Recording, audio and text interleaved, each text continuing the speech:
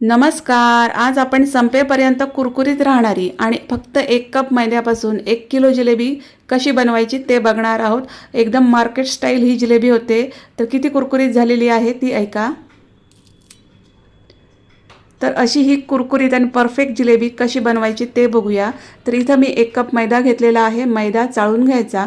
याच्यामध्ये 1 टेबलस्पून आंबट दही घालायचं आणि 1 टीस्पून बेसन, 1 टीस्पून तूप घालायचं आणि हे सगळं छान असं एकत्र करून घ्यायचं। तुपामुळे चव चांगली येते। तर मस्त असं हे सगळं एकत्र करून घ्यायचं आणि नंतर मग याच्यामध्ये आपल्याला कोमट पाणी घालायचं आहे। तर इथं पाऊण कप मला कोमट पाणी लागलेलं आहे। तर हळूहळू करत हे पाणी सगळं घालायचं आणि आपल्याला याचं असं जाडसर असं बॅटर करून घ्यायचं आहे आणि हे झाकून उबदार जागेवर ठेवायचं आहे फर्मेंट होण्यासाठी 12 ते 14 तास। बॅटर फर्मेंट झाल्यानंतर मग आपल्याला याच्यासाठी लागणारा पाक करून घ्यायचा आहे। तर 1/2 कप साखर घेतलेली आहे। याच्यामध्ये 1 कप मी पाणी घातलेलं आहे आणि तेलासारखा चिपचिपीत असा आपल्याला इथं पाक करून घ्यायचा आहे। तर हा असा मस्त असा पाक तयार झालेला आहे। बॅटर पण आपला फर्मेंट झालेला आहे, वरती बबल आलेले आहेत बघू शकता। तर फर्मेंट झाल्यानंतर बॅटर थोडं पातळ होतं म्हणून याच्यामध्ये सुका मैदा घालायचा। 2 टेबलस्पून एवढा सुका मैदा मी इथं वापरलेला आहे।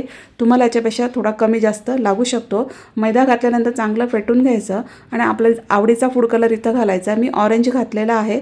चांगलं फेटून घ्यायचं बॅटर। तूप तापत ठेवलेलं आहे मी आता। तर माझं हे घरगुती तूप आहे। तुम्ही तुपाऐवजी तेल पण वापरू शकता।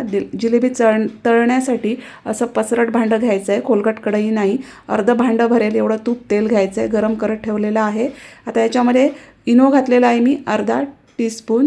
या इनोमुळेच आपली जिलेबी कुरकुरीत होणार आहे संपेपर्यंत। अगदी कुरकुरीत राहतं जिलेबी।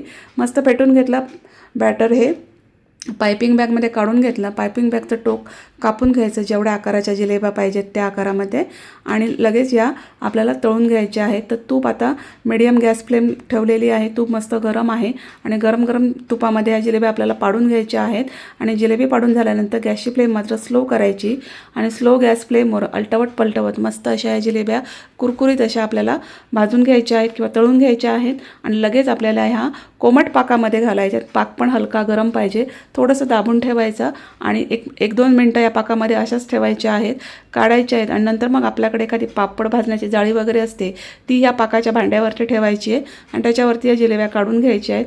म्हणजे एक्स्ट्राचा जो पाक आहे तो सगळा इथं या भांड्यात निघून येईल आणि मस्त अशा आपल्या क्रिस्पी अशा या जिलेब्या तयार होतात। फक्त 1 कप मैद्यापासून माझ्या या 1 किलो जिलेब्या तयार झालेल्या होत्या। तर सणासुदीचे दिवस जवळ आलेले आहेत, रक्षाबंधन जवळ आलेलं आहे, त्यावेळी नक्की करा। रेसिपी कशी वाटली ती कमेंट्समध्ये नक्की सांगा। चॅनलला सबस्क्राईब करा। थँक्यू।